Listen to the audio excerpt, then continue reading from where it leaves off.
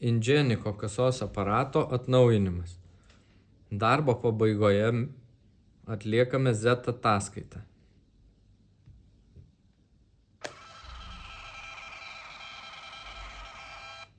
Atlikus Z ataskaitą išjungiame kasos programėlę. Apačioje spaudžiame išeiti, uždaryti programą, patvirtinti. Programėlė išsijungia. Kasos aparato šone yra mygtukas, palaikom ir paspaudžiam.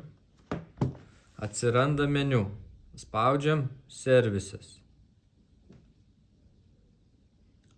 Tuomet spaudžiam Team Call. Tuomet spaudžiam Check for Updates.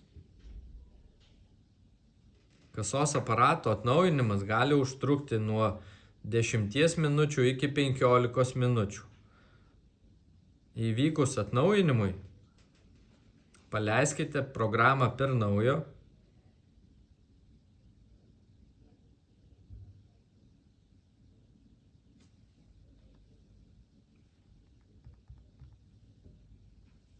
Einame meniu, paspaudžiam sinchronizuoti mygtuką. Galime pradėti prekybą.